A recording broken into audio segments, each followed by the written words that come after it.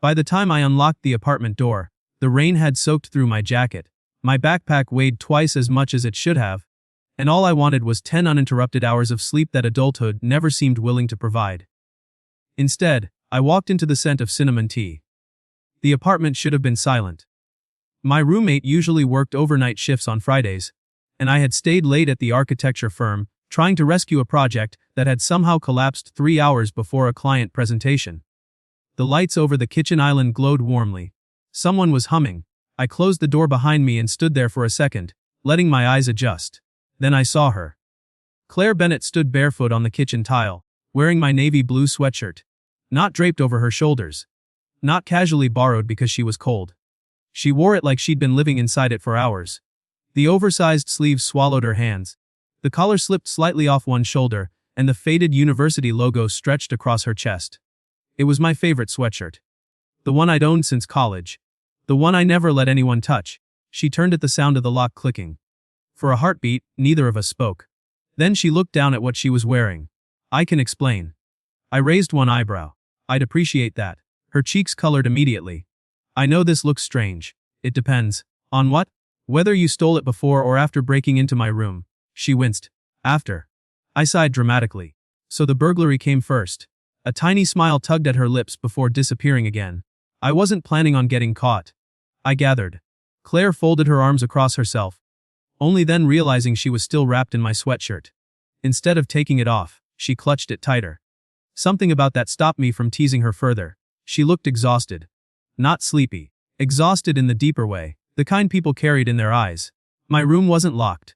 She said quietly. I know. I knocked. I wasn't home. You also left your door half open. I definitely didn't. You definitely did. I stared at her. She pointed toward me. You were late this morning. I was. You ran back upstairs because you forgot your laptop. Yes? You were carrying coffee. Unfortunately, you dropped your keys. I did. You cursed at the elevator. It deserved it. And you left your bedroom door open. I rubbed the back of my neck. Fine. I knew it. You've been spying on me. I've been living with you. That's legally different. That finally earned a laugh. It was quiet, brief, but genuine. For the last 9 months, I'd learned that Claire laughed in stages. First with her eyes, then with the corner of her mouth. Only if she truly forgot herself did the sound escape. Tonight it vanished almost immediately. She looked away. The apartment fell quiet again.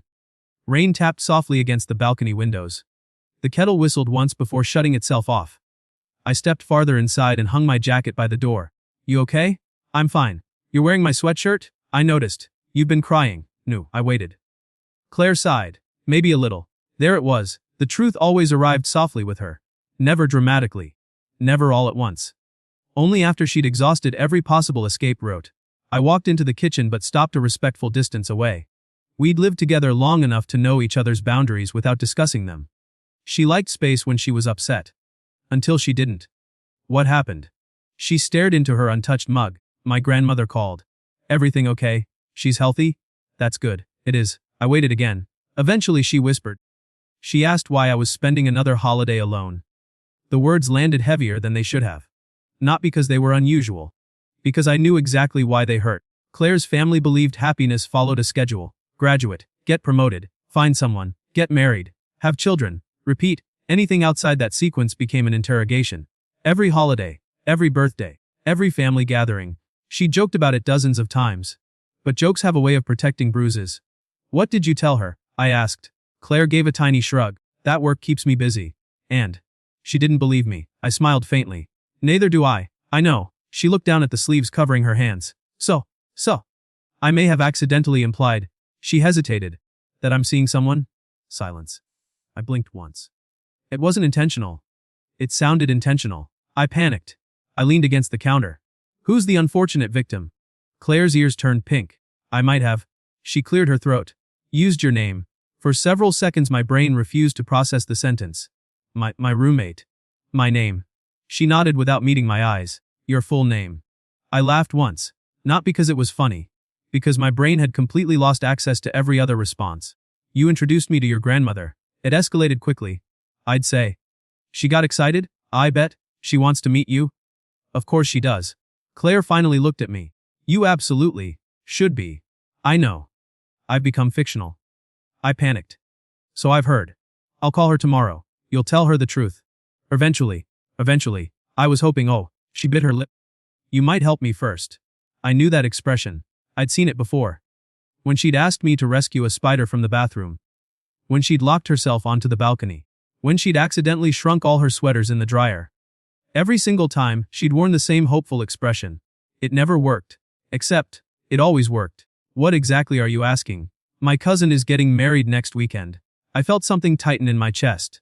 My whole family will be there. Okay. They all think. She gestured vaguely between us. That you're my boyfriend. I looked toward the ceiling. This feels illegal. It probably is. I should refuse. You should. I definitely should. She nodded sadly. I know. Then she quietly added. I'd understand. That almost undid me. Not because she was manipulating me. Because she genuinely expected disappointment. As though asking someone to stand beside her was already asking too much. I looked at her again. She was still wearing my sweatshirt. Still hiding inside sleeves that were far too long. Still looking like someone trying very hard not to ask for comfort. You've had a rough day. She nodded. I didn't know where else to go. My eyes drifted to the sweatshirt. So, she smiled weakly.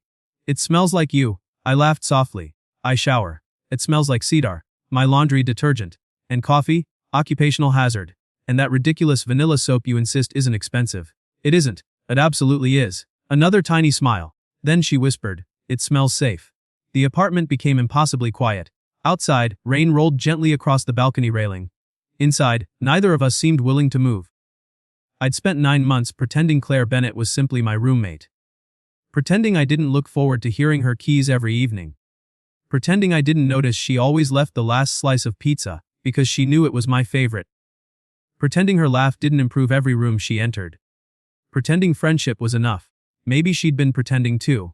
Or maybe I was just a fool who'd started believing hope looked like borrowed fabric and trembling smiles. Either way, I knew I was already in trouble. The week before the wedding disappeared faster than either of us expected.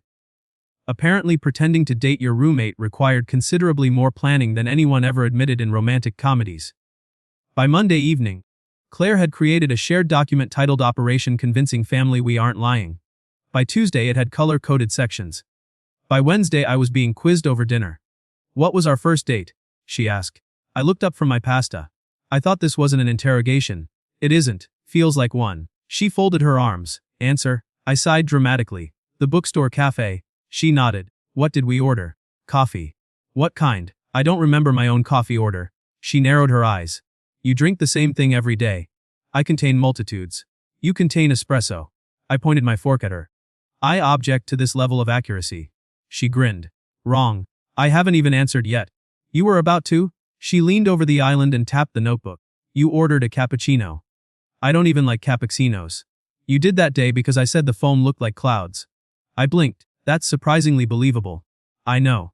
You've built an entire fictional relationship. I may have overcommitted. A little. A microscopic amount. I laughed and leaned back in my chair. You know what worries me? What? The fake relationship sounds healthier than most real ones. Claire smiled to herself. Maybe that's why it was so easy to invent. Something about the way she said it stole the humor from the room. I studied her quietly. You've imagined being treated well. Her cheeks pinked. I think everyone does. You deserve it. She looked away so quickly it almost hurt to watch. Compliments still made her uncomfortable. Not because she disliked them, because she didn't quite believe them. Thursday evening found us grocery shopping. Halfway through comparing pasta sauces, Claire stopped beside the produce section. What? I asked. She frowned at my shopping basket. You've been buying strawberries. I have. You don't like strawberries. I don't. Then why are they here? I shrugged. You eat them. She stared at me. I usually make breakfast on Saturdays. I've noticed. So, I felt strangely self-conscious. I figured it was easier if they were already in the fridge. For a long moment, she simply looked at me. Then she smiled so softly it almost wasn't there. You've been buying fruit you don't even eat. Because you do. I scratched the back of my neck. When you say it out loud, it sounds weird. It sounds thoughtful. I was aiming for efficient. You missed. I usually do. She laughed under her breath before quietly placing another container of strawberries into the cart. Now there are 2. We definitely don't need 2. I know. Then why? She shrugged innocently. You looked happy buying them. I opened my mouth. Closed it again. There was no logical response to that. Friday morning, I found a sticky note attached to my coffee mug. Good luck today. Don't forget your presentation. See below the message sat a homemade blueberry muffin. Still warm, I smiled despite myself. At lunch, my phone buzzed. Did the presentation survive? I typed back. Barely. The client only changed their mind 17 times. 3 dots appeared almost immediately. Only 17, they're becoming reasonable. I laughed in the middle of the office. My coworker Ethan glanced over the cubicle wall. New girlfriend. I looked down at my phone. Claire had sent a picture of the apartment's newest houseplant with the caption, "His name is Oliver, he looked lonely." Without thinking, I smiled again. Ethan noticed. You have the smile. What smile? The one people get before they start checking engagement rings. I nearly dropped my phone. We're not. He held up both hands. I didn't ask. You definitely implied. I absolutely did. The rest of the afternoon I couldn't stop thinking about it.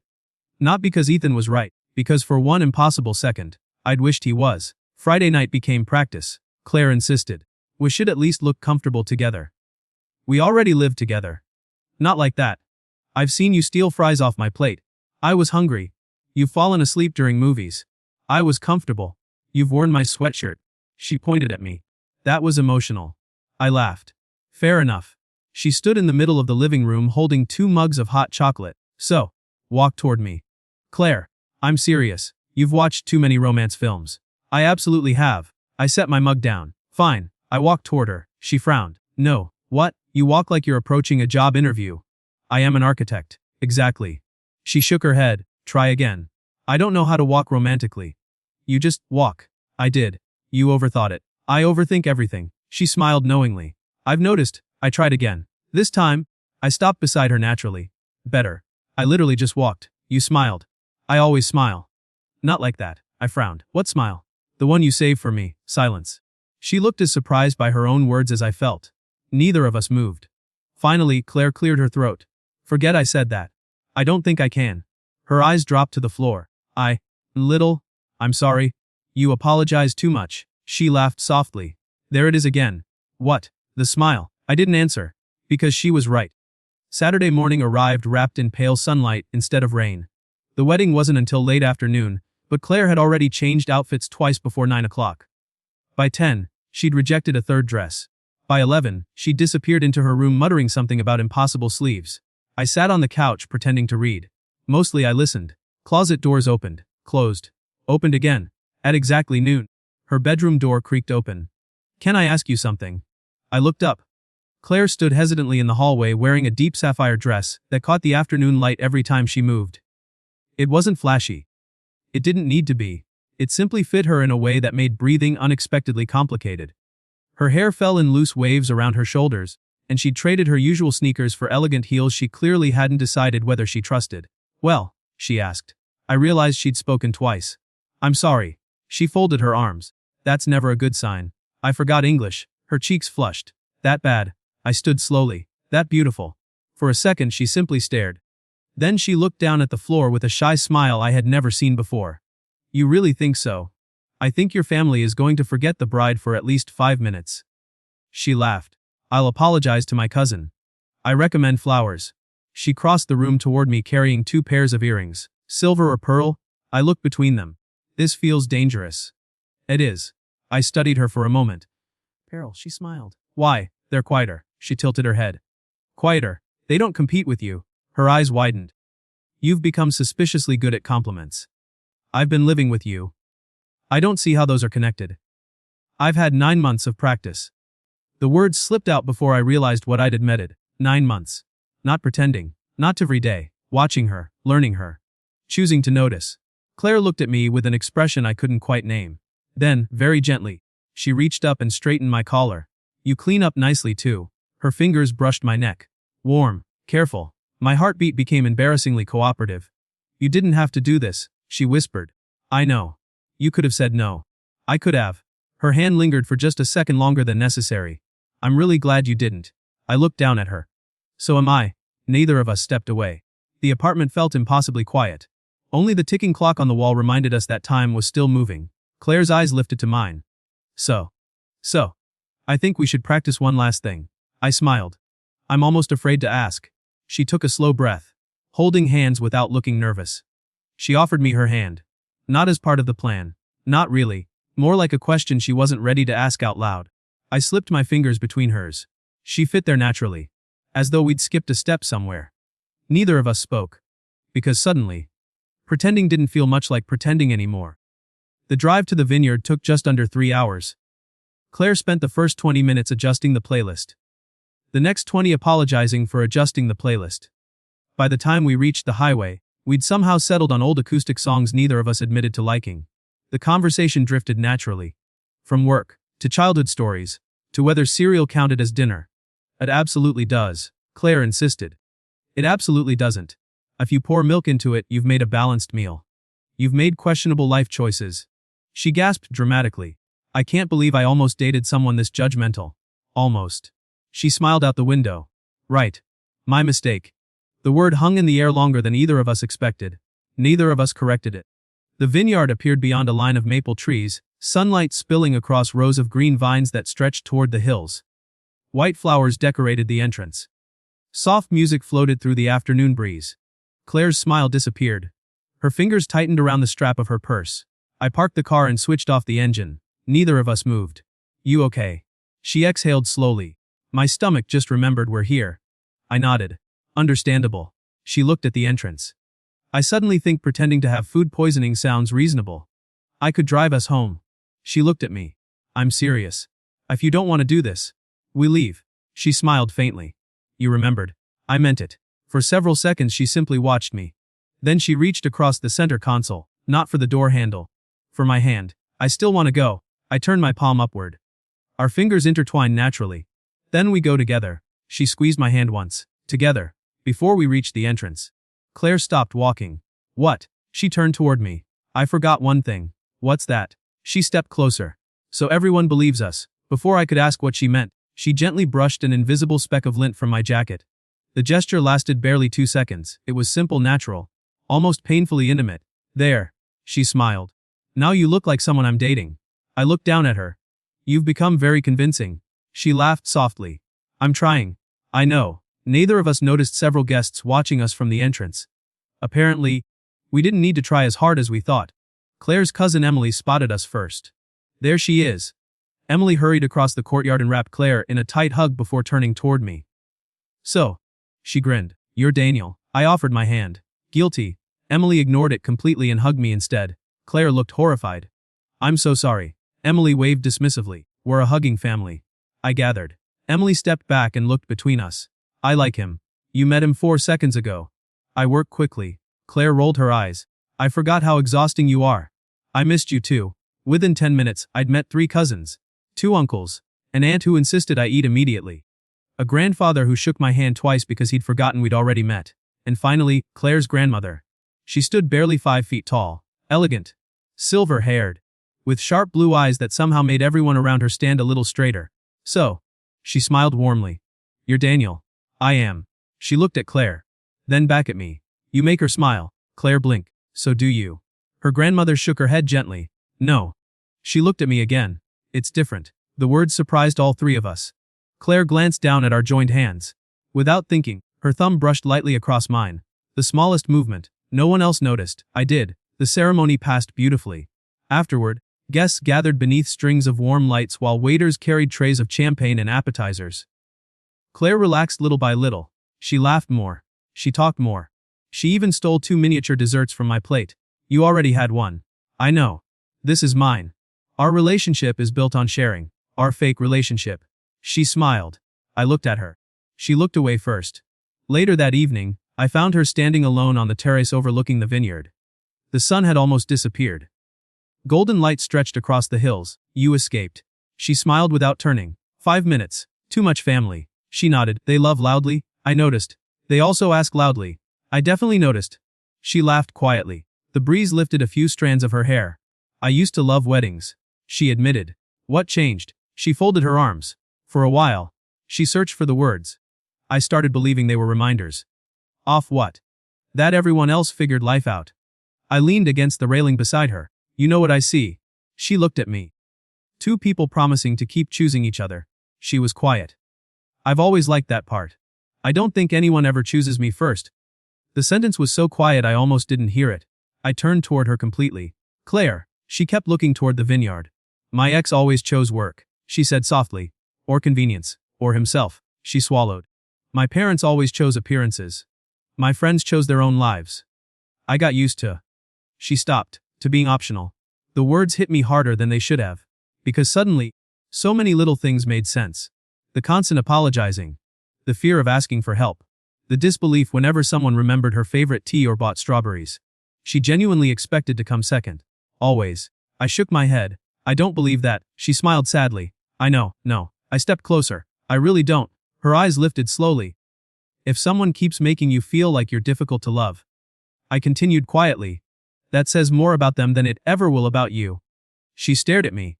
You don't know everything about me. I know enough. You do. I know you call your grandmother every Sunday. A tiny smile. I know you cry during documentaries about rescue dogs. She laughed through her surprise. I know you pretend you dislike birthdays, but you secretly keep every handwritten card you've ever received. Her eyes widened. How? They're in the blue box on the bookshelf. I thought you'd never noticed. I notice everything. I smiled softly. I know you make coffee before you're fully awake. You always sing one line of the same song while washing dishes. You stop reading books 5 pages before the ending because you don't want them to be over. A tear slipped quietly down her cheek. I know. I said gently, that you're one of the kindest people I've ever met. She covered her mouth. I don't think anyone has ever. She couldn't finish. I waited. Finally she whispered, looked at me like that? I smiled. I've been looking at you for months. The words escaped before I could stop them. Claire blinked. The evening around us seemed to disappear. Guests laughed somewhere behind us. Music drifted through the warm air. But suddenly, it felt like there were only 2 people left in the world. You have? She asked almost inaudibly. I nodded once. I just never thought I was allowed to say it. Claire's breath caught.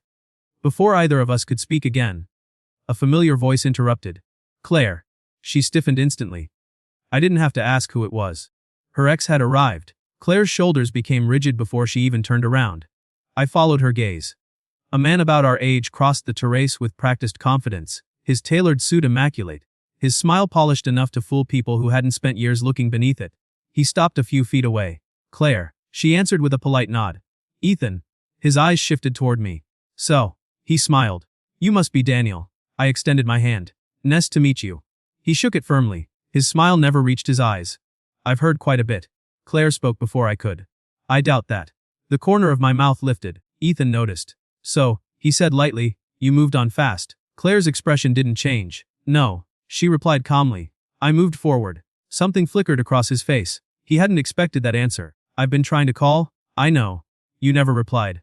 I didn't need to. He looked at me. You know. He began. Claire has a habit of running whenever relationships become complicated. I felt Claire tense beside me. Before I could speak, she surprised both of us. No. Her voice remained steady. I leave when respect disappears. Silence. For the first time since he'd arrived, Ethan looked uncertain. You've changed. Claire smiled. I've healed. The words landed quietly, powerfully. He searched her face as though looking for the woman he'd once convinced she wasn't enough. She wasn't there anymore. I hope you're happy, he said after a long pause. Claire looked at me. Not dramatically. Not for reassurance. Simply because she wanted to. I am. She answered honestly. Ethan nodded once. Then, with nothing left to say, he walked away. I watched him disappear into the crowd before turning toward Claire. You okay? She let out a breath she'd apparently been holding for years. I think. She laughed softly through tears. I actually am. The reception continued around us, but everything felt lighter. Claire wasn't constantly scanning the room anymore. She laughed freely with her cousins. She danced with her grandmother.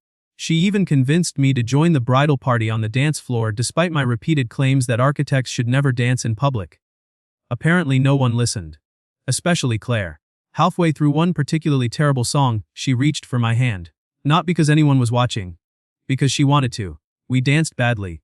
We laughed often. And somewhere between stepping on each other's feet and arguing about rhythm, the pretending disappeared. Later that evening, Claire's grandmother found us sitting beneath a string of lanterns. She carried 2 slices of cake. I brought reinforcements. Claire smiled. You always know. I've been your grandmother for 30 years. She handed us each a plate before studying us quietly. After a moment she smiled. I have a question. Claire sighed dramatically. Here it comes. Her grandmother ignored her. She looked at me instead. When did you realize? I blinked. Realize what? That you loved my granddaughter. Claire nearly dropped her fork. Grandma, what? You can't ask people that. I just did. Claire buried her face in her hands. I'm so sorry, I laughed softly. It's okay. Her grandmother waited patiently. I looked toward Claire. She peeked through her fingers. I think. I said slowly, it happened in pieces. Both women listened. The first time she remembered how I take my coffee. Claire smiled faintly. The way she always leaves the hallway light on if she knows I'll be home late. Her eyes widened. You noticed? I noticed everything. I continued. The morning I found homemade soup in the fridge after I'd worked 30 hours straight. Claire laughed quietly. You looked exhausted. And I smiled at her. The night I came home and found her wearing my sweatshirt because it smelled like home. The terrace fell silent. Claire looked down at the sleeve she'd rolled absent-mindedly over her hands. I guess. I admitted. That was the moment I stopped pretending to myself. Her grandmother looked between us. Then she smiled knowingly. I thought so. Claire blinked. You knew. My dear. Her grandmother laughed. The only people who didn't know were the two of you. We left just after sunset. The drive home felt different. Comfortably quiet. Claire slipped off her shoes and tucked one leg beneath herself in the passenger seat. So. I owe you. I glanced at her. No, really do? You don't. I dragged you into family drama. You invited me. I lied about us. You panicked. I stole your sweatshirt. You definitely did. She laughed. I'm serious. So am I. The traffic light turned red. I reached across the console and took her hand. She looked down at our fingers. Then back at me. What are we doing? She whispered. I smiled. I was hoping you might tell me. Claire looked out through the windshield for several seconds. Then quietly said, I don't want this weekend to end. It doesn't have to. She turned toward me. I don't want to go back to pretending we're just roommates. My heart beat once. Hard enough that I felt it. You don't. She shook her head. I don't think I ever really wanted that. Neither had I. I've been scared, she admitted. Of what? Choosing wrong again. I nodded slowly. That's fair. I don't know what happens next. Neither do I, she smiled nervously. But, I continued, I'd really like to find out. A tear escaped despite her smile. I'd like that too. The light turned green. Neither of us noticed until the driver behind us tapped the horn politely. Claire laughed through her tears. You should probably drive. Probably. But first, I lifted her hand and kissed her knuckles. Exactly once. The same gentle gesture I'd imagined 100 times but never believed I'd actually earn. She closed her eyes. When she opened them again, they were brighter than I'd ever seen. Life afterward wasn't magically perfect. It never is. We still argued about whose turn it was to buy groceries. She still stole the blankets every winter. I still left coffee mugs on my desk longer than any reasonable adult should. But something fundamental had changed. We stopped pretending. 3 weeks later, Claire forwarded Ethan's final email directly into the trash without reading past the first sentence. I don't need closure from someone who never offered me honesty, she said. I kissed her forehead. I like this version of you. She smiled. I like her too. Months passed. My sweatshirt quietly disappeared from my closet. Not because it had been stolen. Because it had found a permanent home. One rainy Sunday morning, I walked into the kitchen to find Claire making pancakes. Barefoot. Hair tied into a messy knot. Still wearing that oversized navy sweatshirt. She looked over her shoulder. Caught me? I noticed. You want it back. I crossed the room until I stood beside her. Then I gently adjusted the sleeve that had slipped over her hand. No, I said honestly. It looks better on you. She smiled. You know, she stepped closer. It still smells like you. I wrapped my arms around her waist. Good. She rested her forehead against mine. No, she whispered. It smells like us now. Outside, rain tapped softly against the windows. Inside, breakfast threatened to burn. Neither of us cared. Some people think love begins with grand confessions. Ours began much more quietly. With borrowed comfort. With small kindnesses. With strawberries one of us didn't eat. With hallway lights left on after late nights. With someone remembering exactly how the other took their coffee. And with one old sweatshirt that somehow knew we belonged to each other long before we did.